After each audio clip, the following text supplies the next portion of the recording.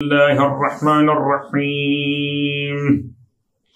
الحمد لله رب العالمين، والصلاة والسلام على أشرف الأنبياء والمرسلين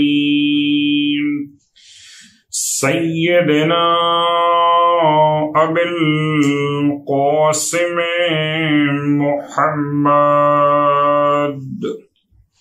وعلى أهل بيته الطيبين الطاهرين واللعنة الدائمة على أعدائهم أجمعين. أما بعد، فقد قال الله تبارك وتعالى في كلامه الحميد وفرقانه المجيد: قوله الحق وهو أصدق القائلين. بسم الله الرحمن الرحيم. وأما الجدار فكان لغلامين يتيمين في المدينة وكان تحته كنز لهما وكان أبوهما صالحا فأراد ربك أن يبلغا أشدهما ويستخرج كنزهما رحمة من ربك وما فعلته عن أمري ذلك تأويل ما لم تستطع عليه صبرا.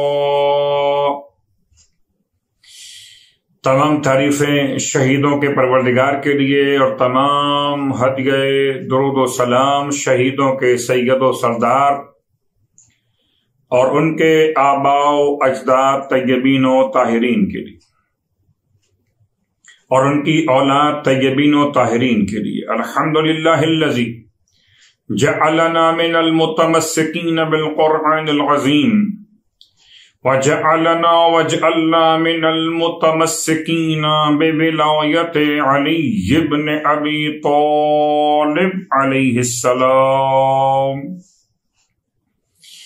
عظم اللہ اجورنا و اجورکم بمصابنا بیتیمین فی اولاد المسلم وجعلنا وإياكم إن شاء الله من الطالبين بسعارهما مع وليهما من آل محمد عليهم السلام. اما بعد، شکر پروردگار شہیدان کہ امام بارگاہ علی رضا شارجہ کے ممبر سے اولاد مسلم ابن عقیل علیہم الصلاۃ کی شہادت کے عنوان سے مجلس عزا منعقد ہو رہی. یقیناً ایک ایسی شہادت کا عنوان، ایک ایسی تعزیت کا پیغام کہ جو مکتب آل محمد کے لیے، تمام تر مکتب انسانیت کے لیے ایک ایسا عنوان قائم کر گئے کہ کائنات میں ایسا ظلم شدید نہ کبھی اس سے پہلے ہوا اور نہ ہی اس کے بعد کبھی ہو سکے گا کہ جیسا کربلا کے شہیدوں کے ساتھ ہوا. شہیدان کربلا پر لاکھوں سلام. آئیے ان دو یتیموں کی یاد مناتے ہوئے قرآن مجید فرقان حمید سے کچھ یتیموں کی اہمیت کے حوالے سے اور کچھ ذمہ داری والدین تربیت اولاد کے عنوان میں چند جملے آپ کی خدمت میں عرض کرنا چاہوں گا. سورہ مبارکہ الکہف کی آیت نمبر 82 یعنی کہ آیت کا نشان 82، سورہ مبارکہ الکہف سورہ کا نشان 18 نمبر کا سورہ اور 82 نمبر کی آیت سرنامہ کلام میں اس کی تلاوت کا شرف حاصل کیا گیا۔ اس میں پیغام پروردگار عالم کی طرف سے، اور اس پیغام کا عنوان ان 3 واقعات کے تسلسل میں جو حضرت موسیٰ ابن عمران علیہ السلام اور حضرت خضر علیہ السلام یعنی کہ بلیکا بن ملکان، آپ کا اس میں گرامی اختلاف کے ساتھ، یہ 2 شخصیات کا واقعہ سورہ کہف کے اندر،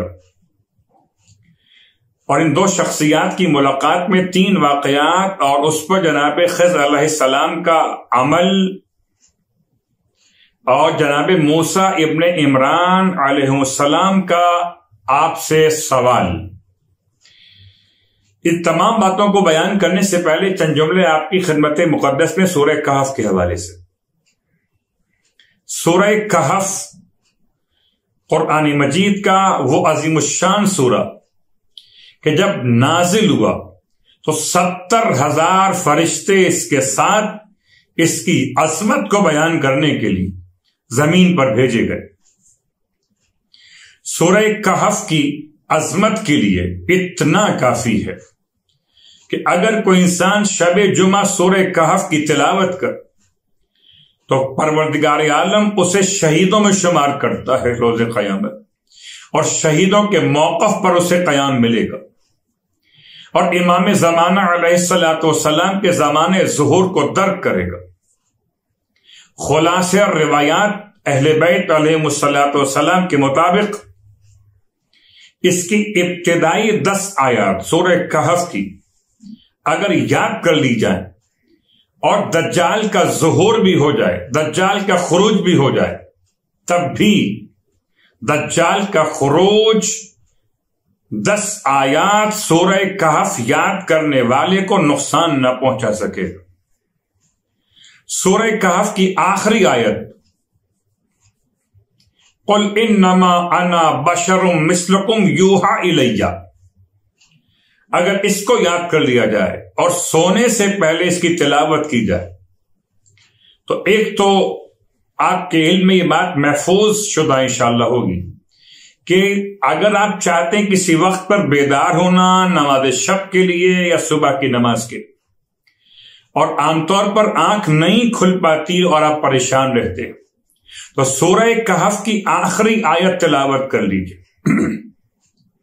سونے سے پہلے۔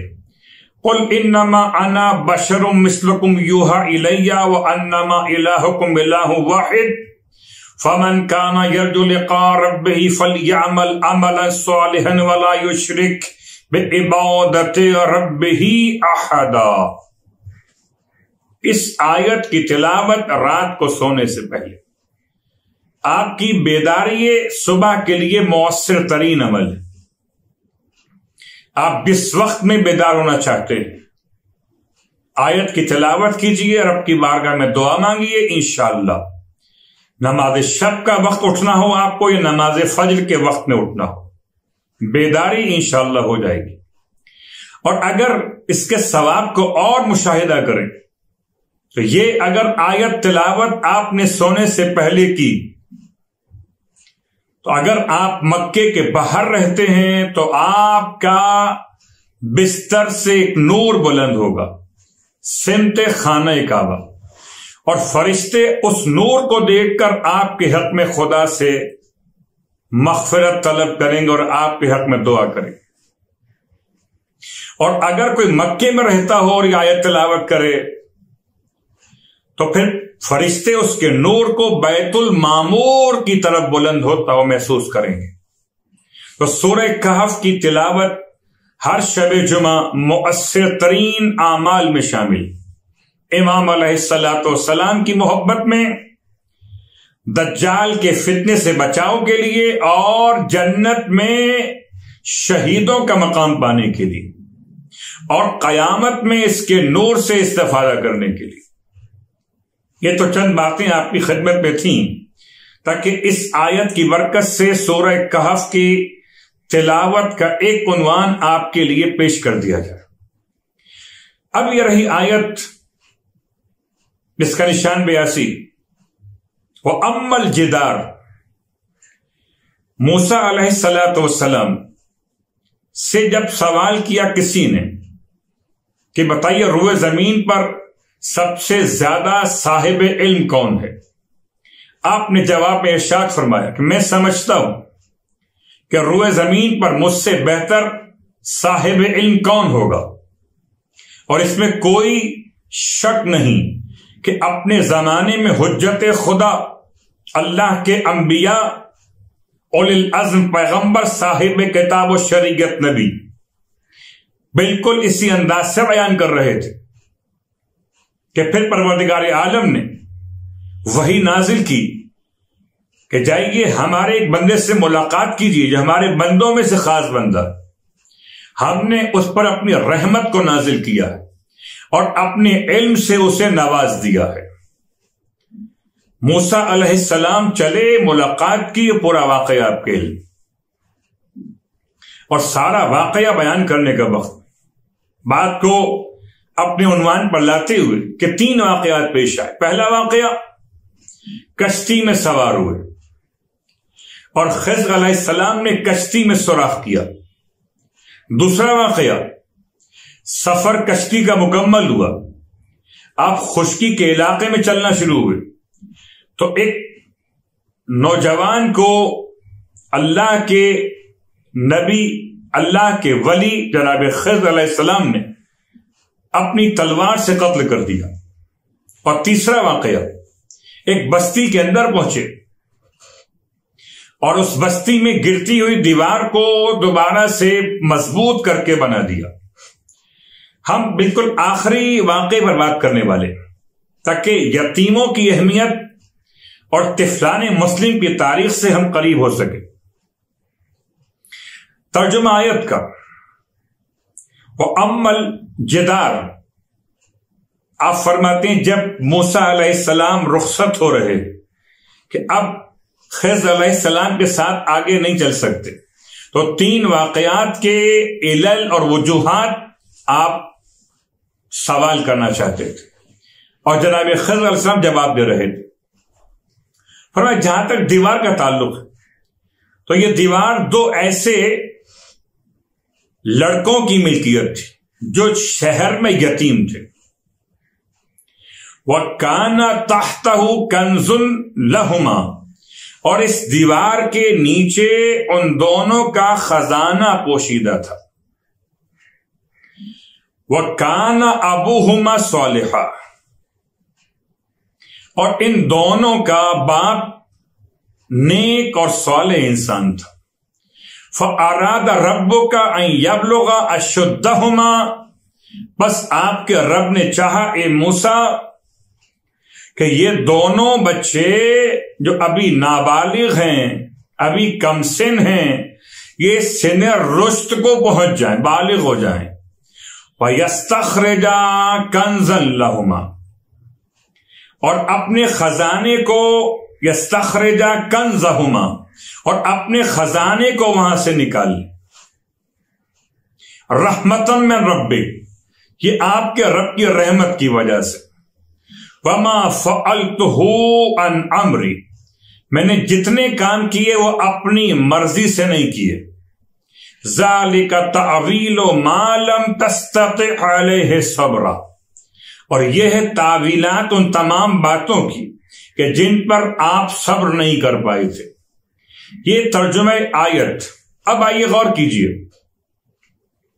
کہ واقعہ کیا پیش آیا کہ یہ دونوں حضرات، ایک نظام تکوین کا عالم، ایک نظام تشریع کا عالم، ایک ولایت کا عنوان لیے ہوئے، ایک شریعت کا پیغام لیے ہوئے، یہ اپنے مقام پر سب سے بڑے عالم، وہ اپنے مقام پر سب سے بڑے عالم، دونوں کے اصول کلیات تو ایک، البتہ جزئیات میں فرق، اور دونوں اس انداز سے چلے کہ ایک بستی میں پہنچے، اس کا نام تھا ناصرہ، اور ناصرہ کا مطلب ہی مدد کرنے والی بستی۔ اور وہاں پہنچنے کے بعد دونوں تھکے ہوئے بھوک اور پیاس کی کیفیت میں. ایسے میں جناب خضر علیہ الصلوۃ والسلام نے موسیٰ علیہ الصلوۃ والسلام سے ارشاد فرمایا کہ آئیے اس دیوار کو جو شکستہ ہے اس کو تعمیر کریں. شکستہ دیوار، غور کیجئے، دنیا تو کہتی ہے گرتی ہوئی دیوار کو ایک دھکا اور دو، تو دیوار گرانا اور ہے، دیوار کو بنانا اور ہے.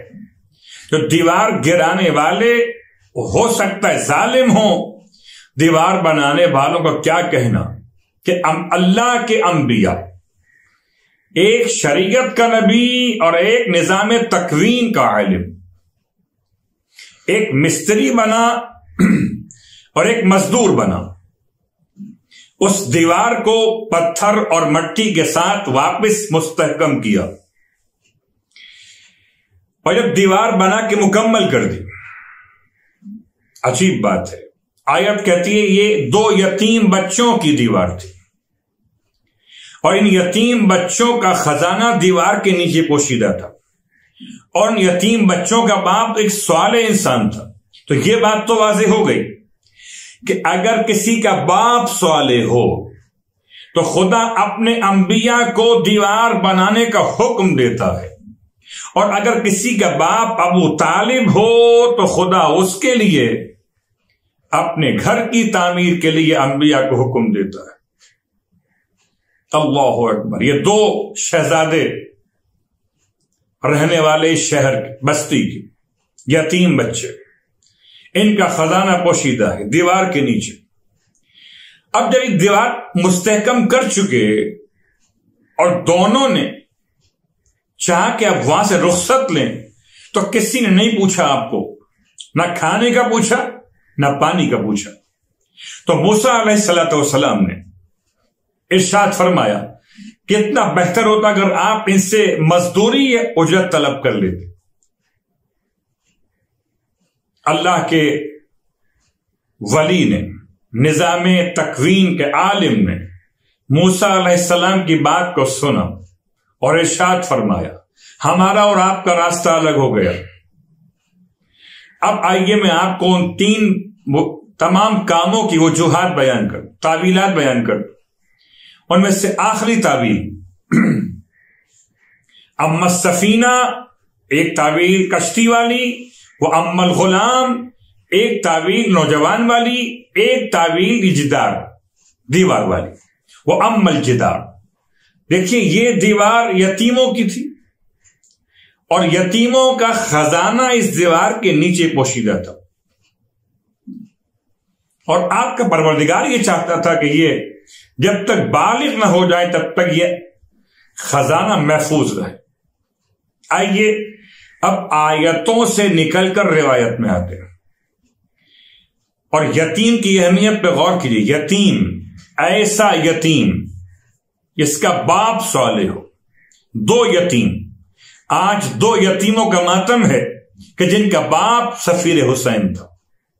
یہ 2 یتیم جن کا باپ صالح، تو اللہ کے انبیاء نے ان کی دیوار کو مستحکم کیا تھا کہ خزانہ محفوظ رہے.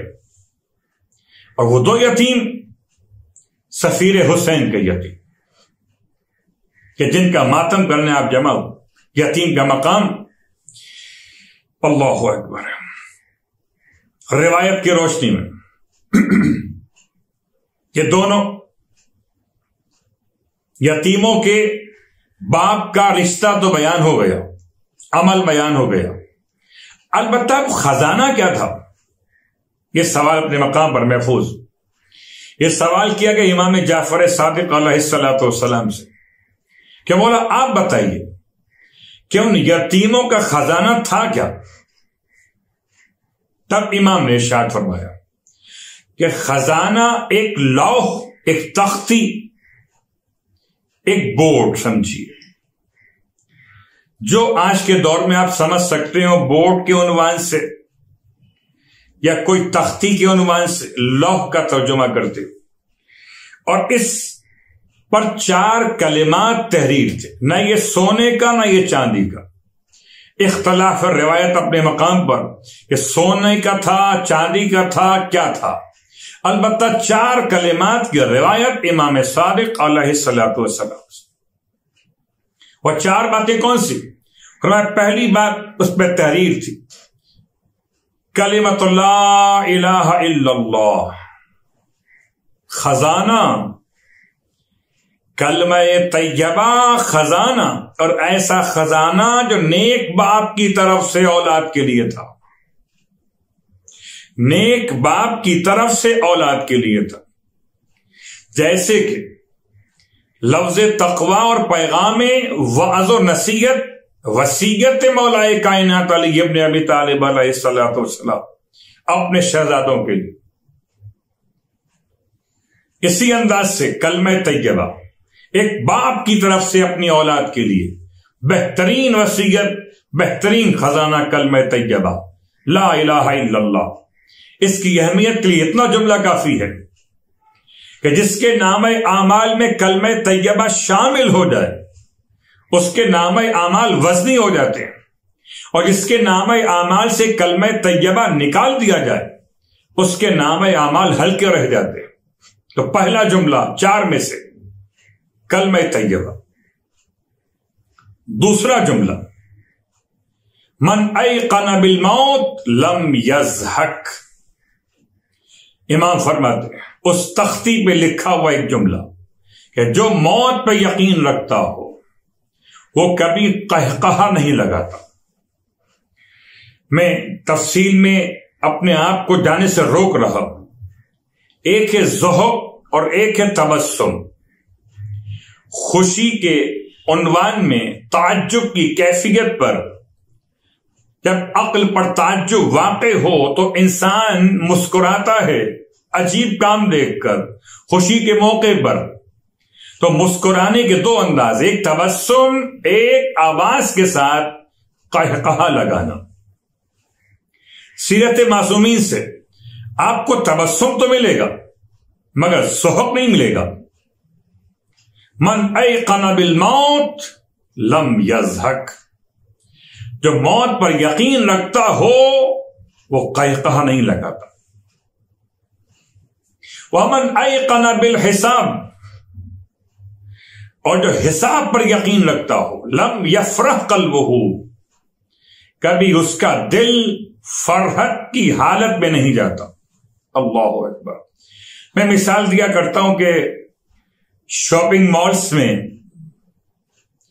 جب کبھی انسان شاپنگ کے لیے جاتا ہے سپر مارکیٹ کے اندر، تو آپ غور کیجئے سامان آپ رکھتے گئے ٹرالی کے اندر جو آپ نے چوز کیا خریدنے کے لیے.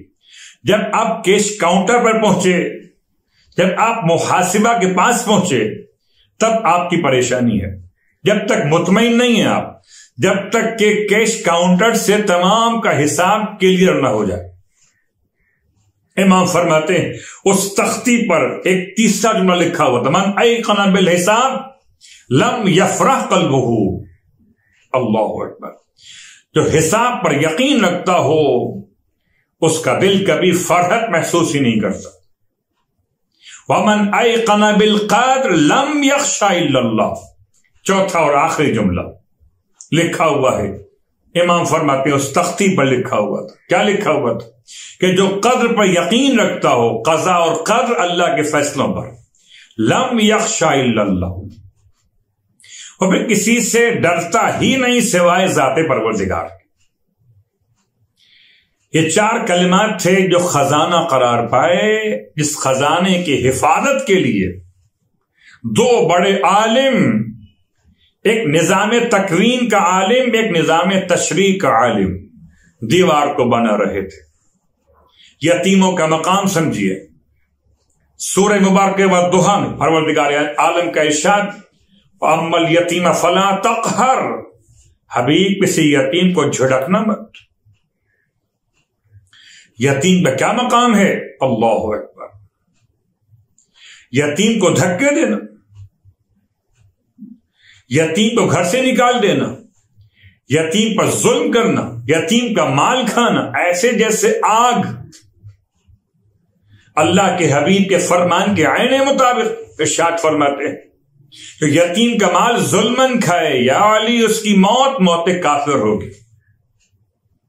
تو یتیم کی اہمیت پر اللہ کے حبیب کا فرمان کہ روز قیامت میں اور یتیم کی کفالت کرنے والا اتنا قریب ہوں گے جیسے ہاتھ کی دو ملی ہوئی انگلیاں آپس میں قریب ہیں۔ یتیم کی کفالت کرنے والے کا مقام بھی بلند۔ اللہ اکبر۔ تو غور کیجئے، یتیم کی کفالت، یتیم کا مقام، یتیم کی فریاد، یتیم کی آہ کیسے قبول ہوتی ہے؟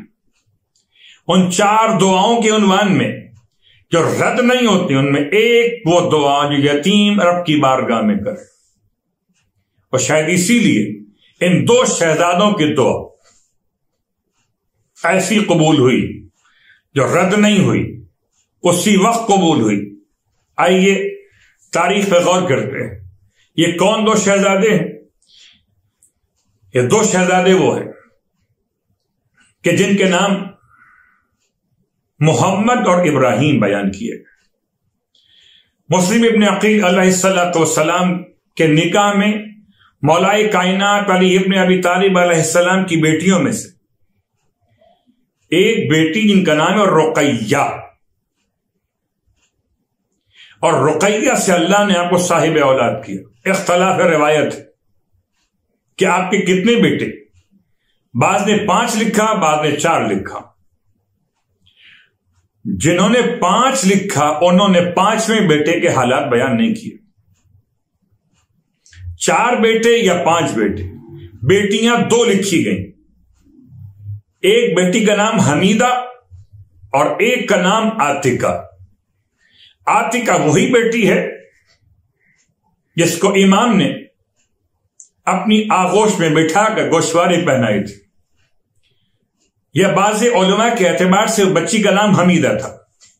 تو حمیدہ اور عاتقہ 2 بیٹیاں، اور میدان کربلا میں مسلم ابن عقیل کی اولادوں میں سے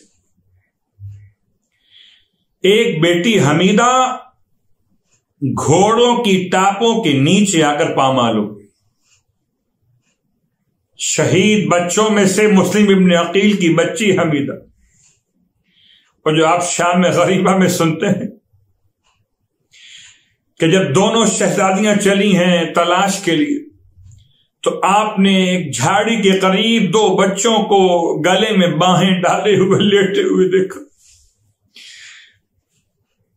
فرماتی ہیں جناب ام کلثوم سے بہن، شاید یہ بچے یہاں آ کر لیٹے اور نیند آ گئی، ذرا آہستہ آگے بڑھی۔ وہ جب قریب جا کے بچوں کو ہاتھ لگایا تو دونوں گھوڑوں کی ٹاپوں سے پامال ہو چکے تھے۔ تو جناب مسلم ابن عقیل کی 2 بیٹیاں، ایک کا نام عاتقہ، ایک کا نام حمیدہ۔ اختلاف روایت اپنے مقام پر ہے، اور 4 بیٹوں میں سے ایک محمد الاکبر اور ایک عبداللہ، یہ دونوں شہید کربلا کے میدان میں ہوئے۔ سرکار سید الشہداء پہ قربان ہو۔ اور 2 بیٹے، ایک کا نام محمد الاصغر اور ایک کا نام ابراہیم۔ محمد الاصغر بڑے تھے ابراہیم کے اعتبار سے، ایک 10 سال کے اور ایک 8 سال کے۔ اب جو تاریخ پڑھی جاتی ہے اہل عرب میں، وہ پڑھی جاتی ہے کہ جب تمام بچے اسیر کیے گئے بیویوں کے ساتھ، تب یہ دونوں بچے جدا ہو کر بھٹک گئے اور کربلا سے ٹھوکریں کھاتے ہوئے پھر گرفتار ہوئے اور بعد میں قید خانے میں ڈالے گئے اور 1 سال تک قید کے اندر رہے۔ یہ روایت پڑھی جاتی ہے اہل عرب کے نزدیک۔ بہرحال شیخ صدوق علیہ الرحمن جس طرح سے واقعے کو تاریخ سے بیان کیا، ایک اشارہ یہ بھی، اور ہمارے اور آپ کے درمیان ہند اور پاکستان کے ممبروں سے جو روایت پڑھی جاتی ہے وہ اس سے مختلف ہے کہ یہ دونوں شہزادے اپنے والد کے ساتھ پہنچے تھے کوفے، اور جناب مسلم ابن عقیل کی شہادت کے بعد یہ دونوں بچے کوفے میں سرکردہ اور حیران و پریشان تھے۔ ان کی ماں کا نام ہے رقیہ۔ رقیہ مولا کائنات کی بیٹی، اللہ نے صاحب اولاد کیا 5 بیٹے، 5ویں بیٹے کا نام عبد الرحمن، ایک محمد الاکبر، ایک عبداللہ، ایک محمد الاصغر، ایک ابراہیم، ایک عبد الرحمن، 5 بیٹے اور 2 بیٹیاں، ایک کا نام عاتکہ اور ایک کا نام حمیدہ یا حمیدہ۔ اب ان تمام تر بچوں کی تربیت میں رقیہ کا مقام دیکھیے۔ شہزادی، مولا کائنات کی بیٹی، اور چونکہ ہمارے عنوان میں مرحلہ شامل ہے تربیت اولاد، اولاد کی ایسی تربیت، اللہ اکبر، ذمہ داری ہے والدین کی۔ والد کی ذمہ داری بچوں کی تربیت میں بالکل ایسے جیسے معصوم کا فرمان کہ بچوں پر اخلاقیات، تعلیم قرآن، اچھے نام اور آل محمد سے محبت کا درس کامل دے دینا، اور ماں کی تربیت صداقت سکھانا، ماں کی تربیت انسانیت سکھانا، ماں کی تربیت غم حسین میں رونا سکھانا۔ کیا تربیت کا اثر تھا، غور کیجیے گا کہ یہ دونوں بچے اپنی شہادت سے پہلے، ایک 8 سال کا، ایک 10 سال کا، اپنی شہادت سے پہلے دونوں بچے اپنے قاتل سے، حارث ملعون سے کیا کہتے تھے جب یقین ہو گیا کہ اب وقت شہادت آ پہنچا اور کوئی بات ہی قبول کرنے کو تیار نہیں؟ یہ دونوں کہتے تھے کہ ہمیں زندہ لے چل ابن زیاد کے پاس۔ اس نے کہا ممکن نہیں ہے کہ کوئی تم دونوں کو مجھ سے چھین لے گا، مجھے انعام چاہیے 1000 درہم ایک کے لیے اور 2000 درہم دونوں بچوں کے انعام رکھے گئے تھے کہ جو گرفتار کر کے لائے گا اسے انعام ملے گا۔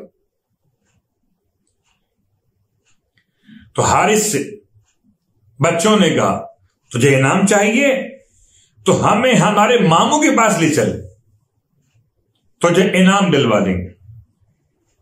لیکن خسر الدنیا والآخرہ، بالکل ایسے جیسے سرکار سید الشہداء نے عمر ابن سعد سے فرمایا تھا، حق ہماری طرف کہاں جاتا ہے، ہمارے ساتھ آ جا۔ اس نے بہانے کیے تھے کہ میرا مال لوٹ لیں گے، امام نے فرمایا میں تجھے اس سے زیادہ مال دے دوں گا۔ اسی انداز سے بچے کہتے تھے ہمیں ہمارے ماموں کے پاس لے جا، جتنا تو کہے گا مال تجھے دلوا دیں گے۔ جب ظالم نے بچوں کی کوئی بات قبول نہ کی، تربیت اولاد دیکھیے تو بچوں نے حارث سے یہ کہہ کر تمام تر بچوں کے لیے ایک پیغام جاری کیا اور تربیت اولاد کا ایک عنوان جناب رقیہ کا ثابت کر دیا۔ ماں کیسی ہو، تربیت کیسے کرے۔ آیت اللہ خمینی سے جب پوچھا گیا کہ آپ کس کے ساتھ آگے بڑھیں گے، کہ ماؤں کی گود میں پلنے والے بچے ہمارے ساتھ ہوں گے۔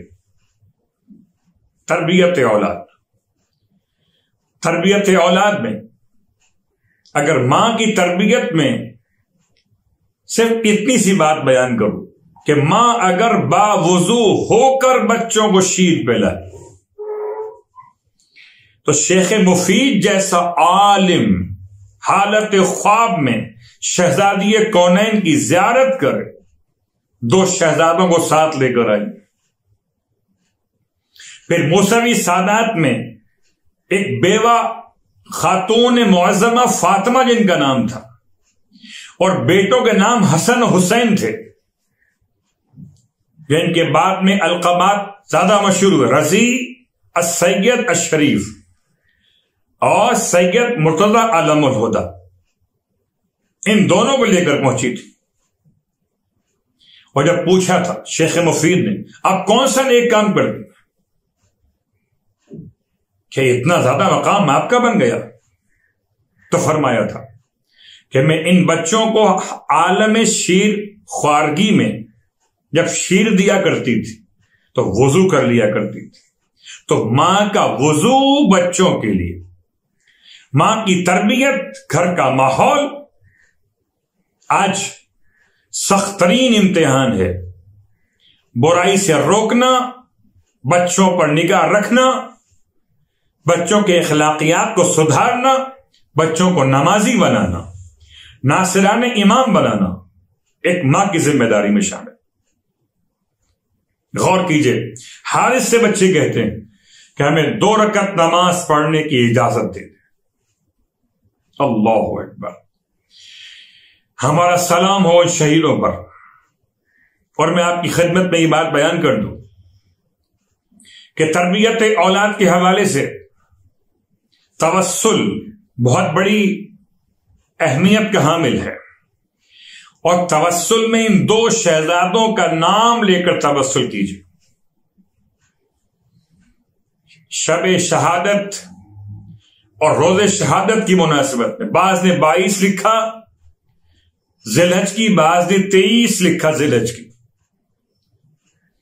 ان تواریخ میں ان شہزادوں کو سلام پیش کیجیے اور ان کے روزے پر جائیے، مسیب سلام پیش کیجیے، اور سلام پیش کرنے کے بعد توسل کیجیے، خدا کو یتیموں کا واسطہ دیجیے.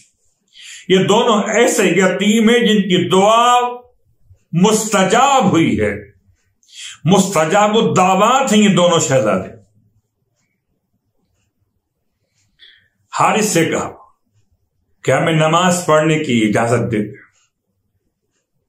حارث نے قبول کیا. اللہ اکبر. نہر فرات کا کنارہ کوفے کا علاقہ، اور دونوں بچوں نے فرات کے کنارے نماز پڑھ کے بتایا کہ صرف کربلا ہی نماز نہیں بلکہ جہاں جہاں حسین کے چاہنے والے. اللہ اکبر. تمہیں حسین صدا دے رہے ہیں مقتل سے، ہماری یاد مناؤ مگر نماز کے ساتھ. شہیدان مسلم ابن عقیل طفلان یہ پیغام دے گئے کہ ایسی تربیت تھی ماں کی اور باپ کی، ایسی دعا ساتھ تھی کہ دونوں شہزادوں نے اپنی شہادت سے پہلے آخری عمل کیا. اس عمل کا نام تھا نماز. اور یہاں ہمارے اور آپ کے درمیان عجیب کیفیت کہ اپنی نماز کی فکر تو ہے ماں کو اور باپ، بچوں کی نماز کی فکر کون کرے گا؟ غور کیجئے کیا مستجاب الدعوات دونوں تھے کہ جب عام طور پر مصائب کے ربط بیان کرنے میں یہ واقعہ بہت کم پڑھا جاتا ہے. ان دونوں کے سر جب دربار میں عبید اللہ ابن زیاد کے دربار میں پیش کیے تو قاتل حارث ملعون ان دونوں کے سر کو رومال میں باندھ کے لایا اور کہتا تھا حارث عبید اللہ ابن زیاد سے، حاکم مجھے بڑا انعام چاہیے، بڑی عمدہ تحفہ لے کر آیا. کیا تحفہ لے کر آیا ہے؟ اس نے اس کپڑے کو کھولا، رومال کو، 2 چھوٹے چھوٹے معصوم سر، ان کے چہروں پر ایسی معصومیت تھی کہ مقتل کا جملہ عبید اللہ ابن زیاد ان بچوں کے کٹے ہوئے سروں کو دیکھا، 3 مرتبہ اپنے مقام سے اٹھا اور بیٹھا، بے ساختہ اٹھا اور بیٹھا. اور اس کے بعد غضبناک انداز سے پوچھتا ہے یہ تجھے کہاں سے ملے؟ تو حارث ملعون نے بتایا کہ میرے گھر میں آ کے چھپ گئے تھے۔ اللہ اکبر۔ ابن زیاد کہتا ہے انہیں زندہ کیوں لے کر نہیں آیا؟ کہ میں اس بات سے ڈر رہا تھا کہیں مجھ سے چھین نہ لے، ان دونوں کو کوئی اور انعام مجھے نہ مل سکے۔ عجیب بات ہے، ابن زیاد پھر سوال کرتا ہے یہ تو بتا ان بچوں نے آخر وقت میں کچھ کہا تھا؟ قاتل کہتا ہے ان دو بچوں نے آخر وقت میں نماز پڑھنے کے بعد رب سے دعا مانگی تھی، یا احکم الحاکمین، اے فیصلہ کرنے والوں میں سب سے زیادہ فیصلہ کرنے والے، احکم بہترین فیصلہ کرنے والے، ہمارے اور ہمارے قاتل کے درمیان فیصلہ فرما دے۔ 2 رکعت نماز پڑھ کر دونوں یتیم بھی شہید بھی اپنی شہادت سے پہلے دعا مانگی۔ ابن زیاد ملعون کہتا ہے عجیب بات ہے، عبید اللہ ابن زیاد حارث سے کہتا ہے تو بچوں کی دعا پوری ہو گئی۔ پھر دربار پہ نگاہ دوڑائی اور کہتا ہے کوئی ہے جو جا کر اس حارث کا سر کاٹ کے لے آئے۔ حارث کا سر کاٹ کے لائے اور خیال کرے اس کا سر ایسے مقام پر کاٹے کہ جہاں پر بچوں کا خون نہ گرا ہو، اس سے ہٹ کے اس کو ذبح کیا جائے۔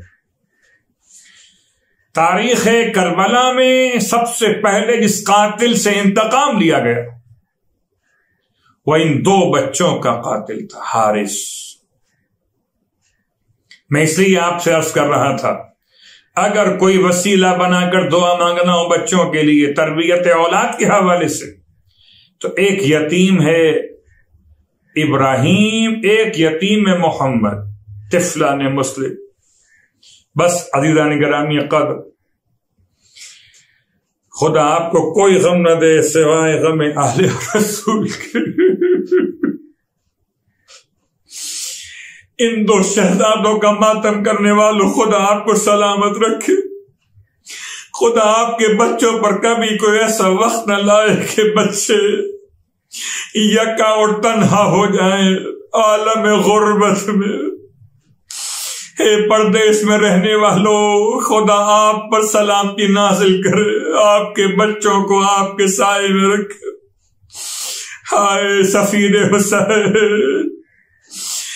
بچوں کو ساتھ لے کر آئے تھے، وہ حالات پیش آئے کہ پھر بچوں کو باپ کی خبر نہ رہی، باپ کو بچوں کی خبر نہ تھی، بچے قید میں رکھے گئے۔ تاریخ کا جملہ ہے کہ دن بھر روزے سے رہتے تھے،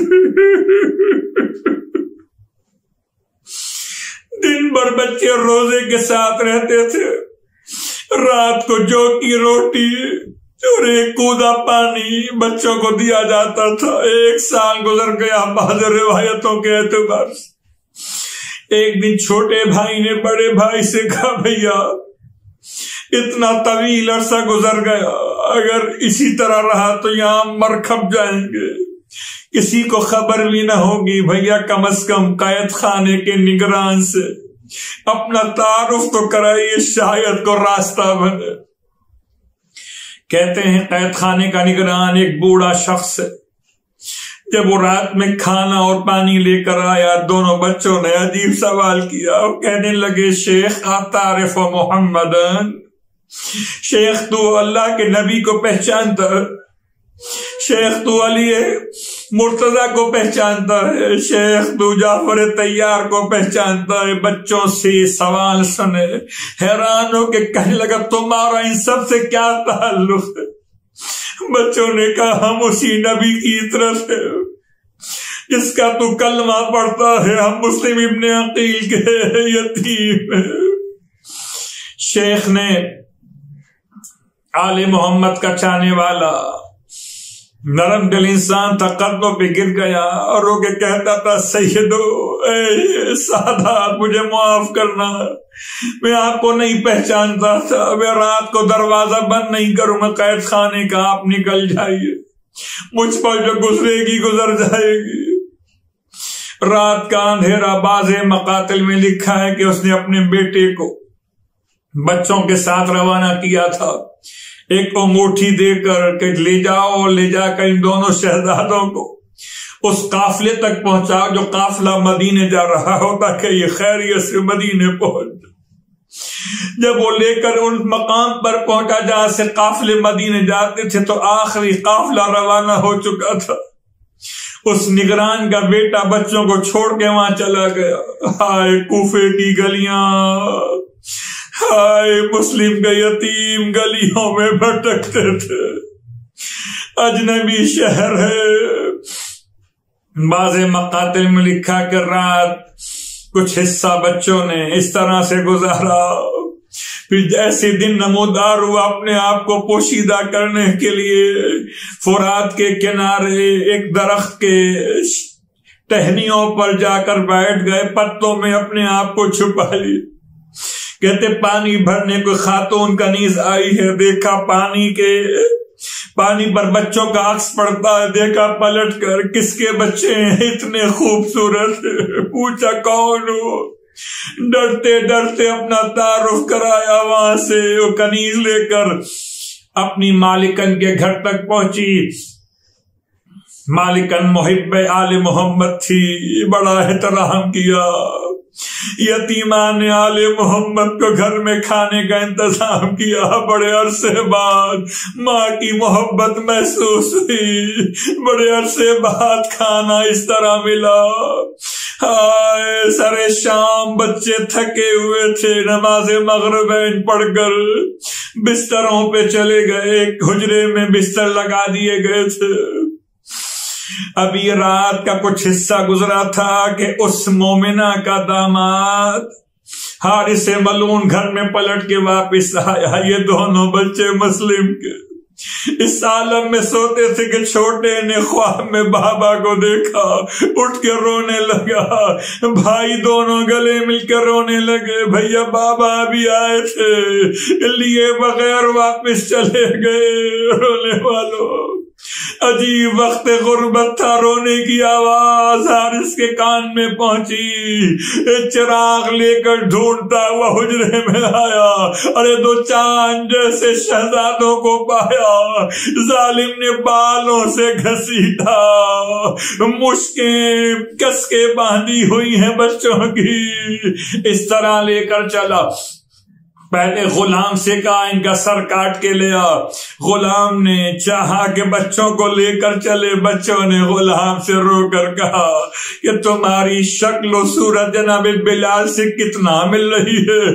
بلال کا نام سنا، بچوں کو پوچھنے لگا تم کون ہو، کہ ہم آل محمد کا یتیم ہیں۔ غلام نے بچوں کو چھوڑا اور نہر میں کود گیا، اپنے بیٹے سے کہا ان کا سر کاٹ کے لے آ۔ بیٹے نے انکار کیا، ارے وہ خاتون روتی رہی، میرے مہمان ہیں، خدا کے لیے ان کو چھوڑ دے۔ کہتے ہیں اس کو بھی تلوار کا دستہ ایسے مارا کہ زمین پہ گر پڑی، دونوں یتیموں کو لے کے چلا۔ وہ رات کا کنارہ ہوا مصیبت، بچوں نے آخر میں اپنے قاتل سے کہا 2 رکعت نماز کا موقع دے، نماز ادا کی۔ پھر ایک اور جملہ کہتے تھے، اچھا ایک احسان اور کر دے کہ ہم دونوں اکیلے ہیں، کوئی اور نہیں، ایسا کر بھائی کو بھائی کا خون نہ دکھانا، ایک تلوار کے وار سے دونوں کے سر کاٹ دے۔ مگر ظالم نے یہ بات قبول نہ کی، ارے چھوٹے کے سامنے بڑے بھائی کے گلے پہ تلوار چلائی۔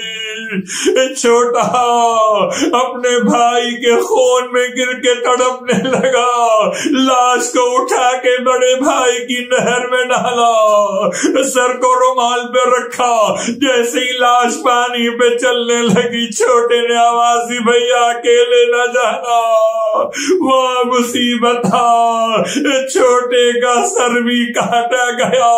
جیسے ہی لاش پانی میں ڈالی دونوں لاشوں نے گلے میں باہیں ڈالی، پانی میں پوشیدہ ہو گئی۔ وہ مصیبت گھر لٹ گیا زہرا کا۔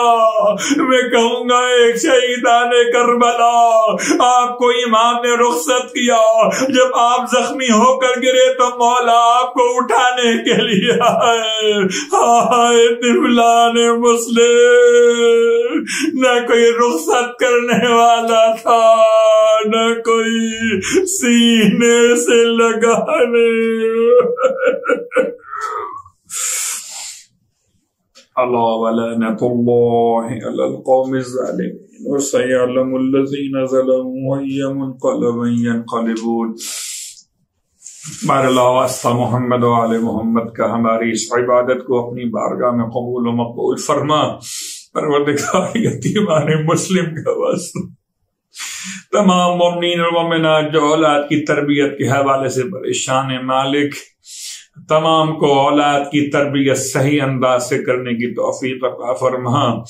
ہمارے نوجوانوں کو، جوانوں کو، بچوں بچیوں کو پروردگار تمام پر عقائد فاسدہ سے محفوظ فرما، اعمال صالحہ سے مزین فرما، امام زمانہ علیہ السلام کے ناصروں میں شامل فرما۔